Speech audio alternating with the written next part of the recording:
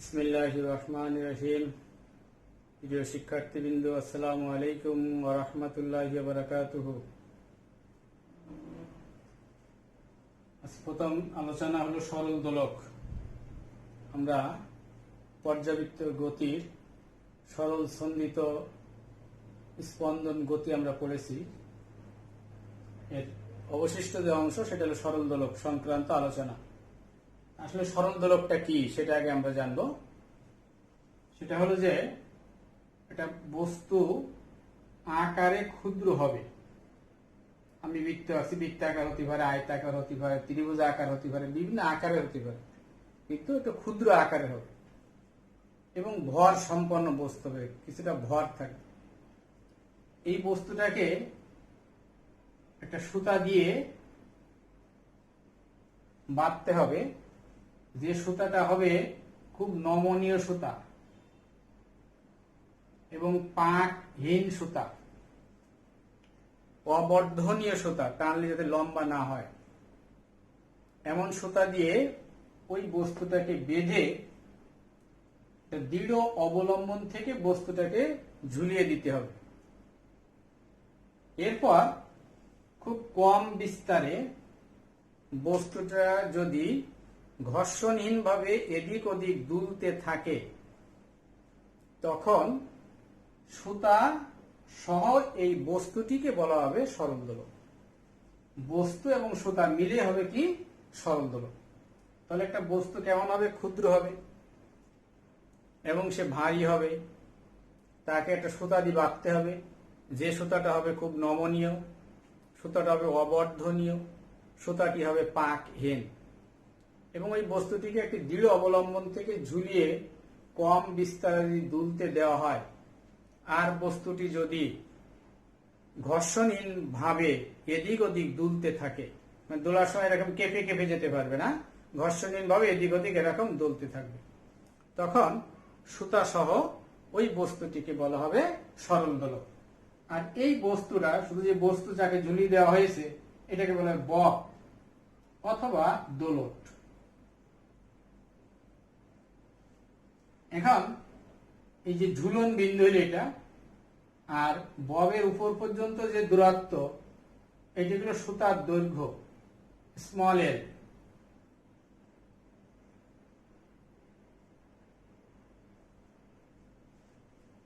আর ববের ভার কেন্দ্র হলো ববের ভার কেন্দ্র।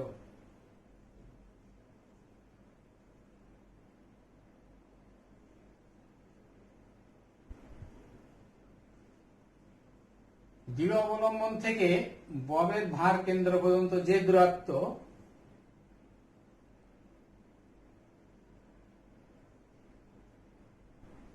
এইটুকুকে বলা হয় কার্যকরী দৈর্ঘ্য।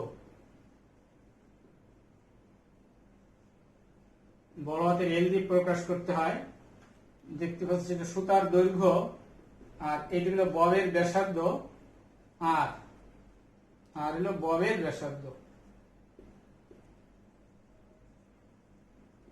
এই দুটার যোগফলে সমান হবে কি কার্যকর দৈর্ঘ্য। এখানে সরল দোলক সংক্রান্ত কিছু সূত্র আছে, 4টি সূত্র আছে। আমরা সেই 4টি সূত্র এবার জানবো।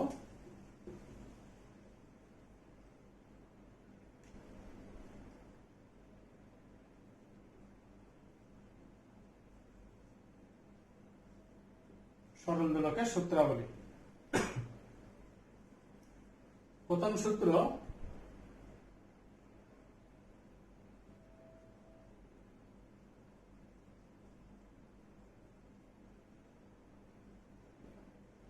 সমকাল সূত্র। প্রথম সূত্রটা সমকাল, কাল মানে সময়, সময়টা সমান হবে সব ক্ষেত্রে। যেমন মনে করো একটা বস্তুকে তুমি ঝুলাই দিলে, এখন এইটুকের কার্যকরী দৈর্ঘ্য, মনে করেন এখান থেকে বলতে কার্যকরী দৈর্ঘ্য যা আছে এটাকে তুমি আর পরিবর্তন করলে না, কার্যকরী দৈর্ঘ্য একই রাখলে। তারপরে ববটাকে, বব যেটা নিয়েছে ওইটার আর কোনো পরিবর্তন করলে না। এবারে নির্দিষ্ট স্থানে পৃথিবীর পৃষ্ঠের এটা উচ্চতায় রেখে এটা তুমি দোলনকাল নির্ণয় করলে, অর্থাৎ বস্তুটাকে তুমি এদিক ওদিক দুলতে দিলে, যে কোনো বিস্তারে তোমার ইচ্ছা মতো বিস্তারে দুলতে দিলে এটাকে, মনে করো প্রথমে 10 ডিগ্রি বিস্তার, তারপর 12 ডিগ্রি বিস্তার, তারপর মনে করো 4 ডিগ্রি, 1 ডিগ্রি, 2 ডিগ্রি, এবং বিভিন্ন বিস্তারে এটাকে দুলতে দিলে দেখা গেল যে এই যে দোলনকাল, দোলনকাল বলতে কি বুঝি আমরা, এটা পূর্ণ দোল দিতে তার যে সময় লাগবে, অর্থাৎ এক প্রান্ত থেকে অপর প্রান্তে যাবে, যে আবার এই প্রান্তে ফিরে আসে, এখানে এইটুকুর জন্য যে সময় সেটাকে বলা হয় তার দোলনকাল অথবা পর্যায়কাল। এখন তুমি এটাকে মনে করো একবার 1 ডিগ্রি কৌণিক বিস্তারে দুলতে দিছো, আর একবার 2 ডিগ্রিতে দিছো, 3 ডিগ্রিতে দিছো, 4 ডিগ্রিতে দিছো, এরকম বিভিন্ন কৌণিক বিস্তারে এটাকে দুলতে দিছো, কিন্তু নির্দিষ্ট রাখছো কি কার্যকর দৈর্ঘ্য, আর স্থানটাকে নির্ধারিত রেখেছো, স্থান আর পরিবর্তন করেছো না, যেখানে রেখে এই পরীক্ষাটা করতেছো ওই স্থান আর পরিবর্তন হবে না। অর্থাৎ মনে করো তুমি ভূপৃষ্ঠ থেকে 10 মিটার উচ্চতায় রেখে এটা করতেছো, সর্বদা 10 মিটার উচ্চতায় রেখে এটাকে করতে হবে। তাহলে দেখা যাবে যে প্রতি ক্ষেত্রে 1 ডিগ্রি কৌণিক বিস্তারে মনে করো একটা দোল দিতে মনে করো 3 সেকেন্ড লাগছে, 2 ডিগ্রিতে এরকম 3 সেকেন্ড লাগবে, 3 ডিগ্রিতে এরকম 3 সেকেন্ড লাগবে, সকল ক্ষেত্রে তার দোলন কাল কি হবে, সমান হবে। এটাকে বলা হয় সমকাল সূত্র। দ্বিতীয় সূত্র হলো, আগে তোমরা যে সরল দোলকের যে সূত্র আছে T equal to twice pi দোলনকাল নির্ণয় সূত্র, root over L by G, T equal to 2 pi root over L by G. L হলো কার্য দৈর্ঘ্য, জি হলো অভিকর্ষ ত্বরণ, আর টি হলো দোলনকাল। দ্বিতীয় সূত্র লিখবো আমরা এই এল এর সূত্র, অর্থাৎ দৈর্ঘ্যের সূত্র।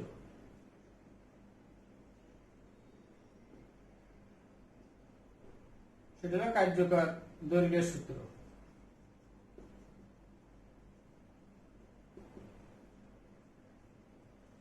তখন আমার জিটা কনস্ট্যান্ট থাকবে, 2 পাই তো ধ্রুবক, তাহলে সূত্রটি দাঁড়াচ্ছে T is proportional to root over L. G constant থাকা, কিছুক্ষণ আগে বলেছি স্থান নির্ধারণ করতে হবে, যেমন পৃথিবীর পৃষ্ঠ থেকে কত উচ্চতায় বা কত গভীরে যাব, এই উচ্চতাটা নির্ধারিত রাখতে হবে, তাহলে তোমার স্থান নির্ধারণ হয়ে যাবে, অর্থাৎ জি নির্ধারণ হয়ে যাবে।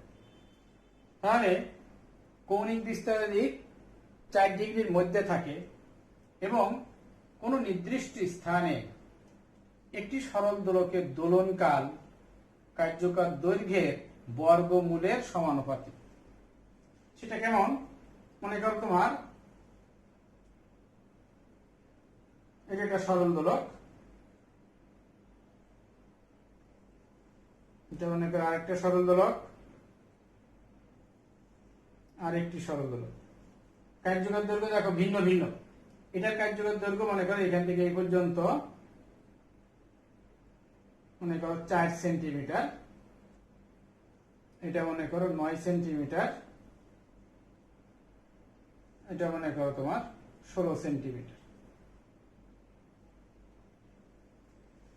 এখন এটার একটা পূর্ণ দোল দিতে কতটুকু সময় লাগবে, ওই কার্যকর দৈর্ঘ্যের বর্গমূলের সমানুপাতিক। দোলনকাল টি ইকুয়াল হবে রুট ওভার 4, তার মানে 2 সেকেন্ড হবে। এটার টি হবে 3 সেকেন্ড, এটার দোলনকাল হবে 4 সেকেন্ড। যদি তোমার স্থান নির্ধারিত থাকে, তাহলে নির্দিষ্ট স্থানে একটি সরল দোলকের দোলনকাল কার্যকর দৈর্ঘ্যের বর্গমূলের সমানুপাতিক হবে, অর্থাৎ কার্যকর দৈর্ঘ্য যত বাড়ানো হবে তার দোলনকাল একটা পূর্ণ দোল দিতে তত বেশি সময় লেগে যাবে। তৃতীয় সূত্র যেটা,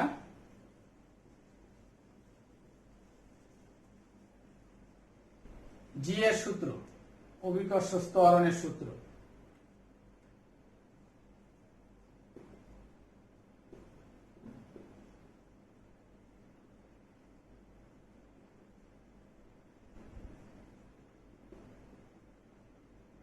তখন এলটা ধ্রুবক থাকবে, তাহলে আমরা কি পাচ্ছি, T is proportional to root over 1 by জি।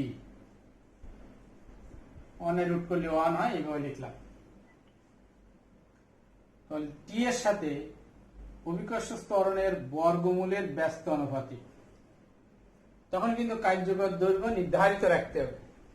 তার মানে তুমি এটা একটা সরল দোলক, মনে করো 4 সেন্টিমিটারের কার্যকর দৈর্ঘ্য, আর একটা সরল দোলক সেটাও কার্যকর দৈর্ঘ্য মনে করো 4 সেন্টিমিটার।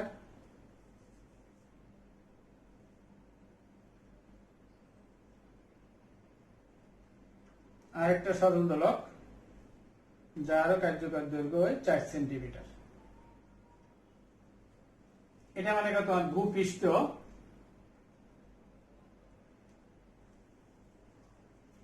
ভূপৃষ্ঠ থেকে এ যতটুকু উচ্চতায় আছে এ কিন্তু ততটুকু উচ্চতায় নেই, তার থেকে বেশি উচ্চতায় আছে, এ হয়তো আরো একটু বেশি উচ্চতায় আছে। তাহলে স্থান এখানে নির্ধারিত না, স্থান ভিন্ন ভিন্ন এখানে, কিন্তু কার্যকর দৈর্ঘ্য নির্দিষ্ট। তাহলে কি বলা যায় যে কার্যকর দৈর্ঘ্য অপরিবর্তিত থাকলে এটার দোলনকাল, এটার দোলনকাল, এটার দোলনকাল, প্রত্যেকের দোলনকাল কেমন হবে? দোলনকাল হবে ওই স্থানে ভূপৃষ্ঠ থেকে এত উচ্চতায় যে অভিকর্ষ স্তরণ হবে সেই অভিকর্ষ স্তরণের বর্গমূলের ব্যস্তানুপাতিক হবে। এখানে ভূপৃষ্ঠ থেকে এত উচ্চতায় যে অভিকর্ষ স্তরণ হবে ওই অভিকর্ষ স্তরণের বর্গমূলের ব্যস্তানুপাতিক হবে। তাহলে বোঝাচ্ছে যে কার্যকর দৈর্ঘ্য নির্দিষ্ট থাকলে এটি সরল দোলকের দোলনকাল অভিকর্ষ স্তরণের বর্গমূলের ব্যস্তানুপাতিক হবে। চতুর্থ সূত্র যেটা,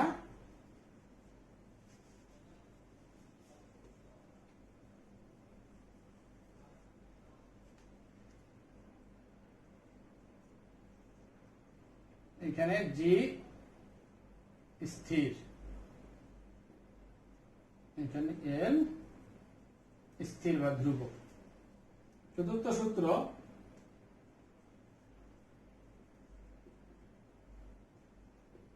আমরা যে বব ব্যবহার করেছি, ববের একটা ভর আছে, এই জন্য সূত্রটা হবে ভরের সূত্র।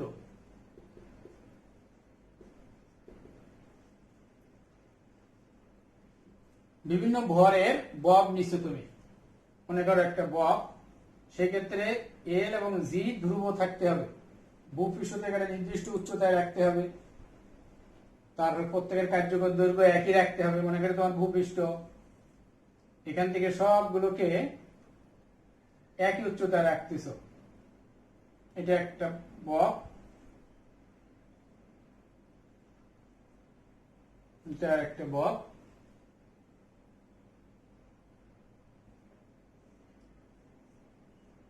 এটা একটা বব।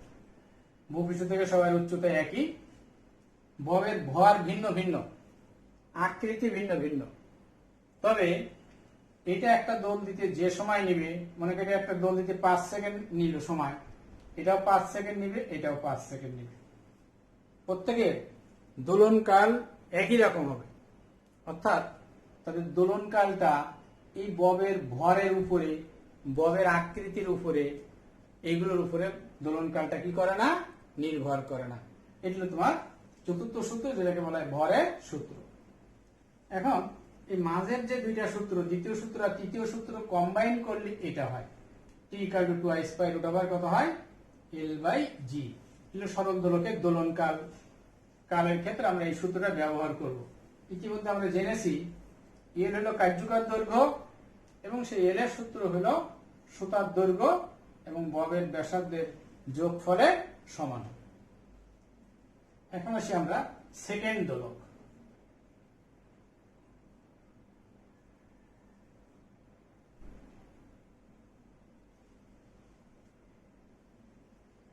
একটা সরল দোলক, মনে একটা পূর্ণ দোল দিল, এক প্রান্ত থেকে অপর প্রান্তে যে আবার আগের প্রান্তে ফিরে আসলো, আসতে যে সময় লাগে এটা তার দোলনকাল। এখন মনে করো কার দোলনকাল 3 সেকেন্ড হতে পারে, কারো 4 সেকেন্ড হতে পারে, কার 2 সেকেন্ড হতে পারে, কারো 1.9 সেকেন্ড হতে পারে। যার দোলনকাল 2 সেকেন্ড, যে সরল দোলকের দোলনকাল 2 সেকেন্ড বা যে দোলকের দোলনকাল 2 সেকেন্ড তাকেই বলা হবে কি সেকেন্ড দোলক, অন্য কাউকে সেকেন্ড দোলক বলা যাবে না। এখন মনে করেন সরল দোলক যখন এক প্রান্ত থেকে ছেড়ে দিলে এই অপর প্রান্তে গেল, অপর প্রান্তে গেলে কিন্তু অর্ধ দোলন হয়েছে। তাহলে এইখানে গেলে একটা টিক শব্দ করে, অর্ধ দোলন মানে একটা টিক হয়, একটা টিক শব্দ হয়। আবার এখান থেকে যখন এইখানে আসে, তখন এইখানে আসলে একটা পূর্ণ দোলন হয়, আর একটা টিক দেয়। যেমন তোমাদের ঘড়ির সেকেন্ডের কাঁটা এক এক সেকেন্ডে এক একটা করে কিন্তু টিক টিক টিক এরকম শব্দ করে। একটা টিক দিয়ে পরবর্তী টিক দিতে সময় লাগলে 1 সেকেন্ড। তাহলে এখানে সেকেন্ড দোলক বলতে তার দোলন কাল টি ইকুয়াল টু 2 সেকেন্ড।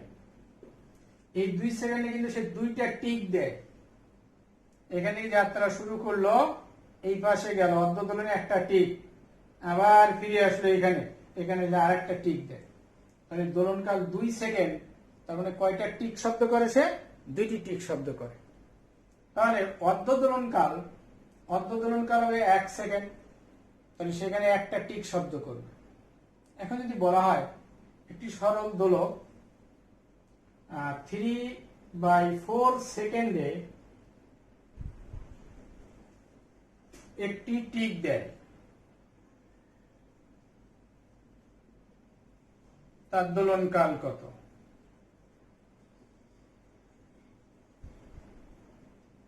একটা টিক দেয় মানে অর্ধ দোলন হয়েছে, অর্থাৎ টি হয়নি কিন্তু t/2। অর্ধ দোলন হয়েছে কত সেকেন্ডে? 3/4 সেকেন্ডে। তাহলে 2 টা কাটাকাটি করলে t ইকুয়াল টু 3/2, তার মানে তার দোলনকাল 1.5 সেকেন্ড। এভাবে আমরা টিকের দ্বারা দোলনকাল আমরা বের করতে পারবো।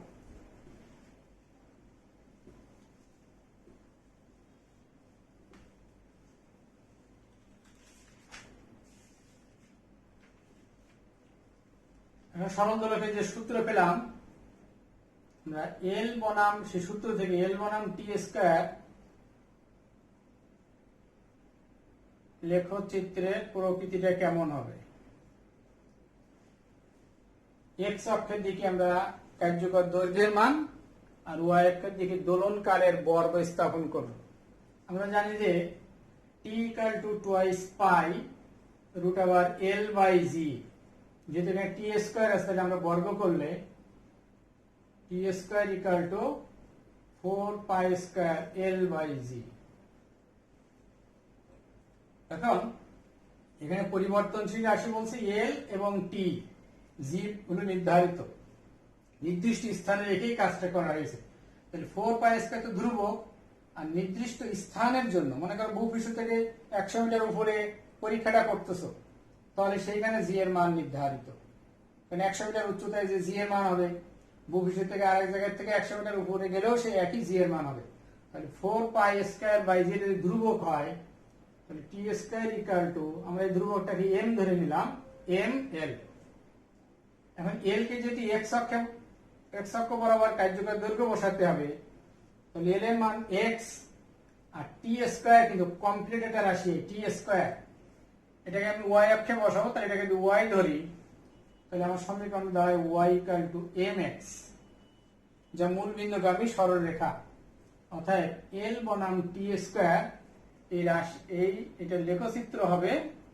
এক্স অক্ষ বরাবর যদি আমার কার্যকর দৈর্ঘ্য, ওয়াই অক্ষ বরাবর যদি টি স্কয়ার এর মান স্থাপন করা হয়, তাহলে সেটা মূল বিন্দুগামী এরকম একটা সরল রেখা হবে।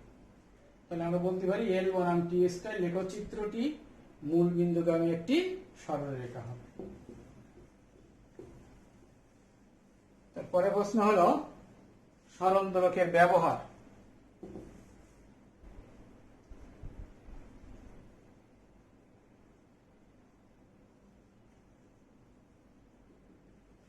সরল দোলক ব্যবহার করে আমরা কি কি করতে পারি?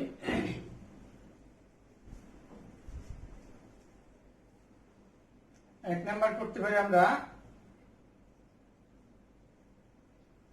অভিকর্ষ ত্বরণ জি এর মান বের করতে পারি।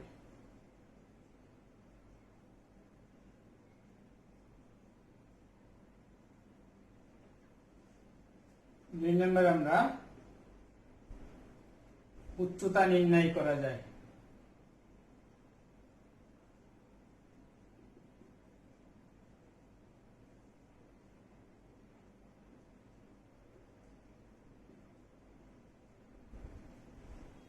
3 নম্বরে আমরা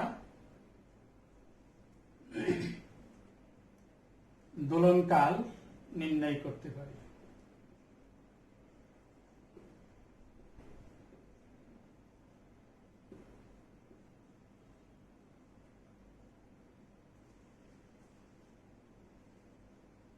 আমরা অভিকর্ষ ত্বরণ জি এর মান, এটা তোমরা ক্লাস 10 এ পড়ে আসছো, যে T equal to twice pi root over L by G. এই জি এর মান, যদি এল এর মান আর টি এর মান জানা থাকে তাহলে জি এর মান কি করা যায়, নির্ণয় করা যায়। আমরা আজকে এখানে পড়বো পাহাড়ের উচ্চতা আমরা কিভাবে নির্ণয় করতে পারি আর দোলনকাল কিভাবে নির্ণয় করতে পারি। প্রথম আসি আমরা পাহাড়ের উচ্চতা নির্ণয়।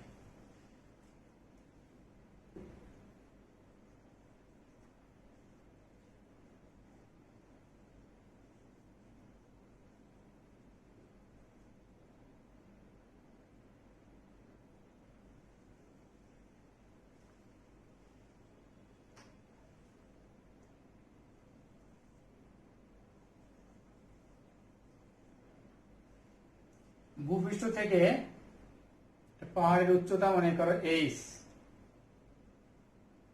পৃথিবীর কেন্দ্র মনে করো এটা, এই পৃথিবীর ব্যাসার্ধ হইল আর। এখন এই ভূপৃষ্ঠে আমরা ত্বরণ বের করলাম, যেখানে ত্বরণ হইল মনে করো জি। পাহাড়ের চূড়ায় অভিকর্ষ ত্বরণ বের করলাম মনে করো জি প্রাইম। এখন আমরা মনে করলাম পৃথিবীর ভর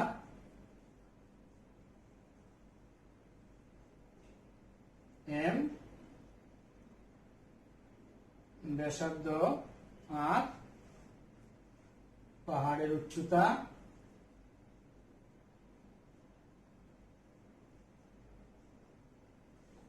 এইচ, ভূপৃষ্ঠে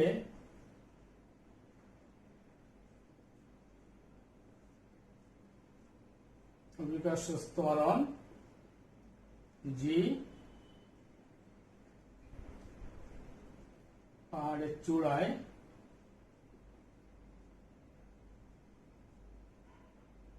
অভিকর্ষ ত্বরণ জি প্রাইম। আমরা মহাকর্ষ অভিকর্ষ পড়ে আসছি। ভূপৃষ্ঠ অভিকর্ষ ত্বরণ G equal to G M by R square, আর পাহাড়ের চূড়ায় অভিকর্ষ ত্বরণ জি প্রাইম ইকুয়াল টু হবে জি এম ডিভাইডেড বাই পৃথিবীর কেন্দ্র থেকে ওইটুকু উচ্চতা আর প্লাস এইচ হোল স্কয়ার। 2 নম্বর আমরা এবার যেহেতু এইচ বের করবো, এখান থেকে 1 কে আমরা 2 দিয়ে ভাগ করে দিলাম, 1/2, তাহলে আমাদের দাঁড়াচ্ছে G prime G by G prime, এখানে উল্টে যাবে G M by R square গুণ R plus H whole square by G M. এটা কাটা গেল, এটা স্কয়ার এটা স্কয়ার, দুইটাকে একটা ব্র্যাকেটে নিয়ে হোল স্কয়ার করলাম,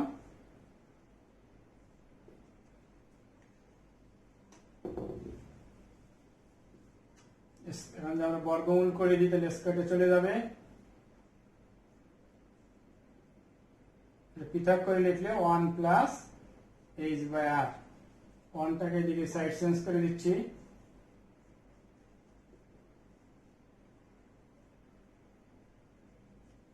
আটটা দিকে গুণ করে দাও,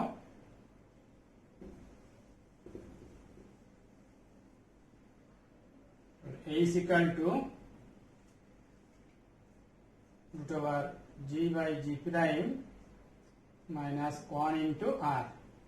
পাহাড়ের উচ্চতা নির্ণয়ের সূত্র হইল এটা।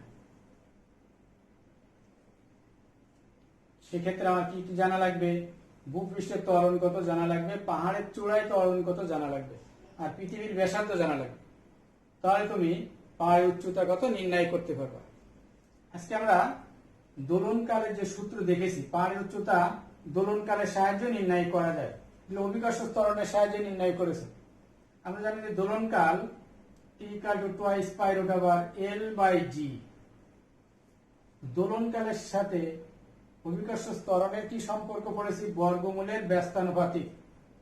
অর্থাৎ আমাদের এখানে ভূপৃষ্ঠের দোলনকাল টি হয়, আর পাহাড়ের চূড়ায় দোলনকাল যদি টি প্রাইম হয়,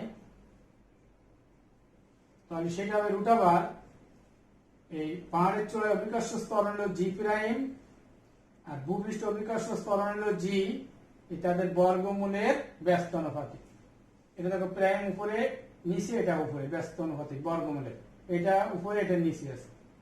কিন্তু আমার এখানে আছে জি বাই জি প্রাইম, এটাকে যদি উল্টাই দাও তাহলে আমার দাঁড়াচ্ছে জি বাই জি প্রাইম √, তাহলে এখানে দাঁড়াবে টি প্রাইম বাই টি। অভিকর্ষ ত্বরণ এবং দোলন কালের সাথে সম্পর্ক হলো এটা। এই মানটা যদি আমরা এখানে বসাই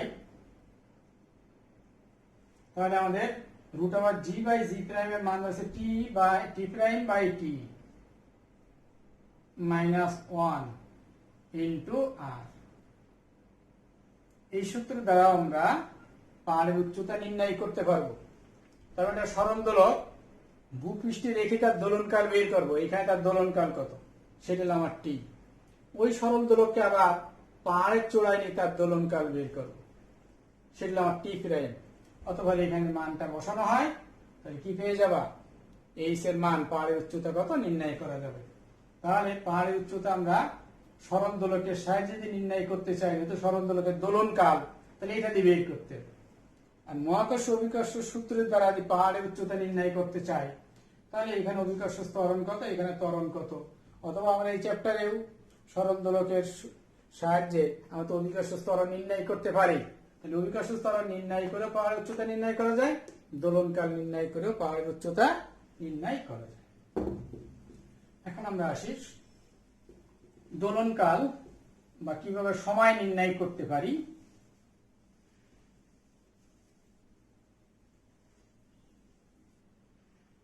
সময় নির্ণয়,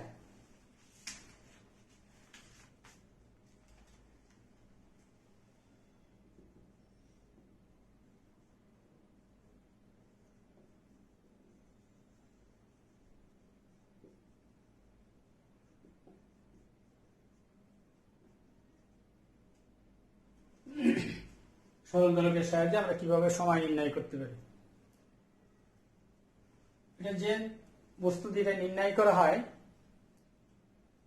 সেটা হলো ধাতু তৈরি, ধাতব পদার্থের তৈরি দোলক পিণ্ড।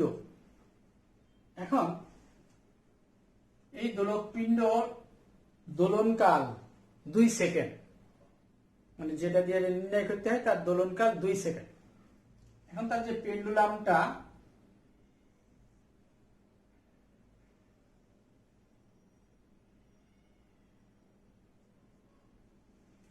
এই অংশটা যেটা কার্যকর দৈর্ঘ্য হিসেবে আমরা ব্যবহার করি, এটা ধাতু দ্বারা নির্মিত, ধাতুর তৈরি এটা। এখন অনেক ক্ষেত্রে দেখা যায় গ্রীষ্মকালে তাপমাত্রা বেড়ে যায়, তখন এটা দৈর্ঘ্য কিন্তু কার্যকর দৈর্ঘ্য কিছুটা বেড়ে যায়, গ্রীষ্মের দিনে এটা হয়। তো দৈর্ঘ্য যদি বেড়ে যায় তাহলে আমাদের দোলনকাল T equal to T is proportional to √L। প্রথমে যে দোলক পিণ্ড যেটা ছিল, যার সাথে আমরা দোলনকাল নির্ণয় করব, যার দোলনকাল 2 সেকেন্ড।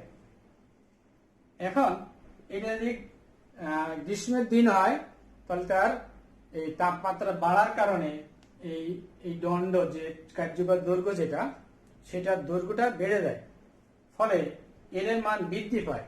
এল মান বেড়ে গেলে টি এর মান বেড়ে যায়। মনে করো আগে তার দোলনকাল ছিল 2 সেকেন্ড, সঠিক অবস্থায়, এখন দেখা গেল তার দোলনকাল হলো 2.3 সেকেন্ড। তার মানে একটা পূর্ণ দোল দিতে আগের থেকে তার বেশি সময় লেগে যাচ্ছে, তার মানে সে ধীরে ধীরে চলেছে সে। এখন মনে করো শীতের দিনে কি হয়, তাপমাত্রা কমে যাওয়ার কারণে এই দণ্ডের দৈর্ঘ্যটা কমে যায়, তার দৈর্ঘ্যটা এখানে কমে যায়, আগে যে দৈর্ঘ্য ছিল তার থেকে কমে গেল এখানে, ফলে এটা কমে গেলে এটাও কমে যাবে। তার মানে আগে 2 সেকেন্ড ছিল, এখন হয়তো 1.9 সেকেন্ড হচ্ছে। তার মানে আগে একটা পূর্ণ দোল দিতে তার যতটুকু সময় লাগতো 2 সেকেন্ড লাগতো, এখন কিন্তু 1.9 সেকেন্ড লেগেছে, অর্থাৎ সে খুব দ্রুত চলেছে, ফাস্ট হয়েছে সে। আর এই ক্ষেত্রে সে খুব ধীরে ধীরে চলেছে। এখন এইভাবে তার দোলনকাল নির্ণয় করা হয়, এটা পূর্ণ দোল দিয়ে তার দোলনকাল নির্ণয় করা হয়। তাহলে এটা তাপমাত্রার কারণে এটা কখনো সে ধীরে চলে, আবার কখনো সে দ্রুত চলে। তখন কি করতে হয়, এখানে স্ক্রু আছে, স্ক্রুটাকে ঘুরে এটা সঠিক যে কার্যকর দৈর্ঘ্য, যার কারণে সে 2 সেকেন্ড একটা দোল দেয়, একটা পূর্ণ দোল দিতে 2 সেকেন্ড লাগে, এই কার্যকর দৈর্ঘ্য যদি বেড়ে যায় বা কমে যায়, তাহলে স্ক্রুর সাহায্যে এটা কি করা হয়, নির্ণয় করে নিতে হয়। এরপরে প্রশ্ন আসি আমরা,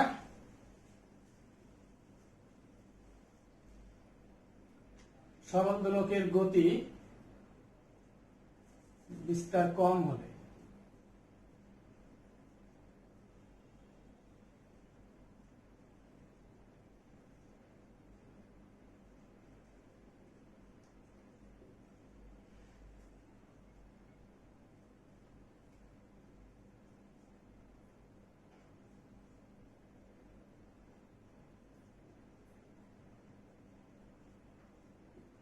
এটা সরল স্পন্দন হয়ে যাবে। সরল দোলকটা যদি বিস্তার কম হয়, দেখি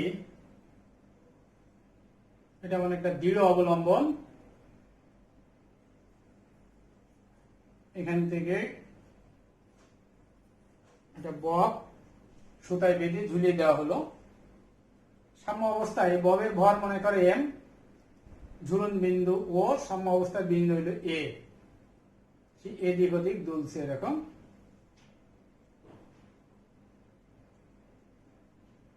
দোলা অবস্থায় মনে করো সে এক প্রান্তে বি বিন্দুতে গেল। এখানে ববের যে ওজন, ভর যদি এম হয়, তাহলে তার ওজন হবে এম জি। সাম্য অবস্থায় সুতার যে টান, উপরের দিকে টান টি দ্বারা এই ওজনটা নিষ্ক্রিয় হয়ে যায়। এখন মনে করো এটাকে কম কৌণিক বিস্তারে, থিটা কৌণিক বিস্তারে এটাকে দুলতে দেওয়া হলো। দুলতে দুলতে সে বি অবস্থানে এসেছে।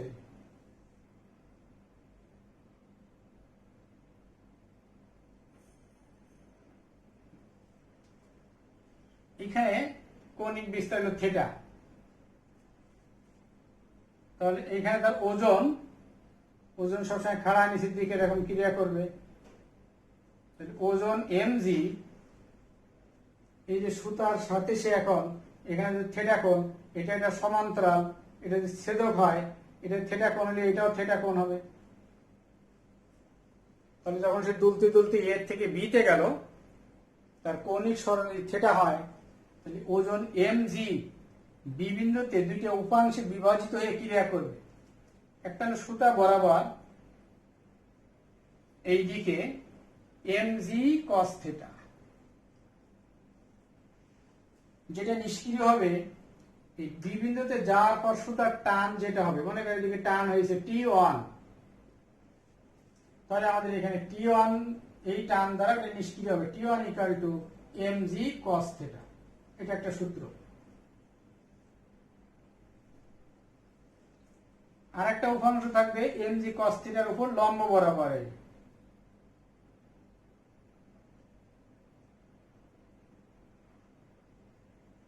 mg sin থিটা, যেটা কার্যকর বল, যে বলে সে সাম্য অবস্থানের দিকে আসবে, কার্যকর বল মনে করো F, তাহলে F ইকুয়াল টু হবে mg sin থিটা। কার্যকর বল এই দিকে, কিন্তু বস্তু সরণ ঘটাচ্ছে ওই দিকে, মানে কার্যকর বল সরণের বিপরীত দিকে, এই জন্য এখানে মাইনাস চিহ্ন দেওয়া হলো। এখন তুমি বলেছো যে এই থিটা কৌণিক বিস্তার এটা খুব ক্ষুদ্র, থিটা যদি খুব ক্ষুদ্র হয় এবং সেটা যদি রেডিয়ানে প্রকাশিত হয়, তাহলে আমরা জানি যে সাইন থিটা এটার মান হয় থিটা, আর কস থিটা যদি হতো তাহলে তার মান হতো কত 1, ট্যান থিটা সেটার মান প্রায় থিটা, কি অ্যাপ্রক্সিমেট, সবগুলো অ্যাপ্রক্সিমেট, এটাও থিটা হতো। যদি এখানে সাইন থিটা আছে এবং থিটা খুব ক্ষুদ্র, তাহলে minus mg sine theta, sorry শুধু থিটা। এখন আমরা কি দেখাবো, সরল দোলকের গতিটা হবে সরল সন্দিত স্পন্দন গতি। সরল সন্ধিত স্পন্দন গতির কিছু বৈশিষ্ট্য আছে, যেটা 1 নম্বর বলেছে সেটা পর্যাবৃত্ত গতি হবে। আমরা জানি যে সাইন থিটা একটা পর্যাবৃত্ত রাশি, তাহলে এই যে কার্যকরী বলের দ্বারা সেই রকম গতি প্রাপ্ত হচ্ছে, যেহেতু সাইন থিটা পর্যাবৃত্ত রাশি, অর্থাৎ এইখান থেকে আমরা বলতে পারি এই সরল দোলকের গতি পর্যাবৃত্ত গতি। তাহলে সরল দোলকের গতির একটা বৈশিষ্ট্য সরল সন্ধিত স্পন্দন গতির বৈশিষ্ট্যের সাথে মিলে গেল। কি বৈশিষ্ট্য? সেটা পর্যাবৃত্ত গতি। দ্বিতীয় বলতেছে থিটা খুব ক্ষুদ্র। এখন থিটা যদি ক্ষুদ্র হয়, মনে করো একটা বস্তু এই অবস্থানে আছে, এখানে থিটা খুবই ক্ষুদ্র, এইখানে গেল, এদের সংযোগকারী সরল যে রেখা, যার গতিপথের যে রেখা, সেটা কিন্তু সরল রেখা হয়ে গেল। থিটা ক্ষুদ্র হওয়ার কারণে ওই সরল দোলকের গতি সরল রৈখিক গতি হলো। সরল রৈখিক গতি কিন্তু সরল সন্ধিত স্পন্দন গতির আর একটা বৈশিষ্ট্য। এখন এই থিটা বলেছিল রেডিয়ান কোণ, রেডিয়ান কোণ সমান সমান চাপ বাই ব্যাসার্ধ, তাহলে মাইনাস এম জি, এই থিটা কোণের জন্য চাপ হলো এ বি, ব্যাসার্ধ ও এ বা ও বি,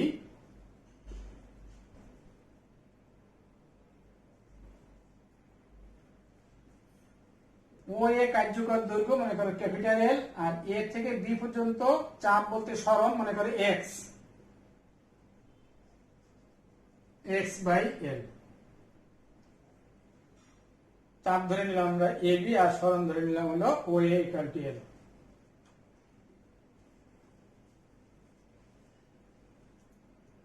এখন এম জি আর এল এই তিনটা যে ধ্রুবক, এই ধ্রুবকের পরিবর্তে আমরা রাশি ধরে নিই, মনে করো কে বা অন্য কোনটা রাশি, এফ ইকুয়াল টু আমরা এটা পেলাম, তো মনে করো সমীকরণ নাম্বার 1 দিলাম। এই বস্তুর ভর থাকার কারণে, যেহেতু সে এই কার্যকর বল আছে এফ, এই বলের কারণে সেখানে ত্বরণ সৃষ্টি হচ্ছে, তাহলে আবার আমরা জানি F equal to M A, ত্বরণ হচ্ছে মনে করে এ, এটাকে দিলে 2 নং সমীকরণ। 1 আর 2 যদি কম্পেয়ার করো, তাহলে M A equal to minus M G X by L, M M কাটা গেল, তাহলে আমরা এখন কি পাচ্ছি? A equal to minus G by L into X. G আর এল নির্দিষ্ট স্থানে এটা হয়েছে জি ধ্রুবক, কার্যকর দৈর্ঘ্য নির্ধারিত, এটা ধ্রুবক, এটাকে আমি ওমেগা স্কয়ার ধরে নিলাম। A equal to minus omega square X. এটা কিন্তু আমরা সরল দোলকের সরল সন্ধিত স্পন্দনের ত্বরণের সমীকরণ ছিল এটা। তাহলে সরল দোলকের যে ত্বরণ, সেটা কিন্তু সরল সন্ধিত স্পন্দন গতির ত্বরণের সমান হয়েছে। আমরা ওমেগা স্কয়ার ইকুয়াল টু কি ধরেছি? G by L. তাহলে এখান থেকে ওমেগার সূত্র কিন্তু root over G divided by L সরল দোলকের ক্ষেত্রে।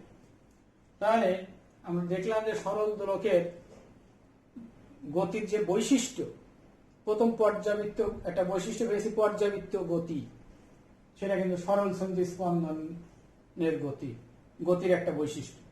আরেকটা পেয়েছি সরল রৈখিক গতি, সেটাও এটার একটা বৈশিষ্ট্য। আমরা দেখলাম সরল দোলকের যে ত্বরণ সরল সন্ধিত স্পন্দনের ত্বরণের সমান। তাহলে আমরা বলতে পারি যখন একটা সরল দোলক কম কৌণিক বিস্তারে দুলতে থাকবে, তখন তার গতিটা কেমন হবে? সরল সন্ধিত স্পন্দন গতির সমান হবে। এই গতির দোলনকাল, সরল সন্ধিত স্পন্দন গতির দোলনকাল আমরা পড়েছি যে T equal to twice pi by omega. এখন এই ওমেগার মান এইখানে জেনেছি root over G by L, তাহলে টুয়াইস পাই রুট ওভার এলটা উপরে গেল এল বাই জি। দেখো সরল দোলকের দোলনকাল আর সরল সন্ধিত স্পন্দনের দোলনকাল দেখো সমান, এই ওমেগার মানটা বসে। অর্থাৎ আমরা বলতে পারি যে বিস্তার যদি কম হয়, তাহলে সরল দোলকের গতি সরল সন্ধিত স্পন্দন গতির কি হবে? সমান হবে। থিওরি এই চ্যাপ্টার 3 এই পর্যন্ত আলোচনা শেষ। আগামী ক্লাসে তোমাদেরকে এই চ্যাপ্টারের অঙ্কগুলো করা হবে। তাহলে আজকে এই পর্যন্ত, ভালো থাকো সবাই, আমার জন্য দোয়া রেখো। আসসালামু আলাইকুম ওয়া রাহমাতুল্লাহি ওয়া বারাকাতুহু।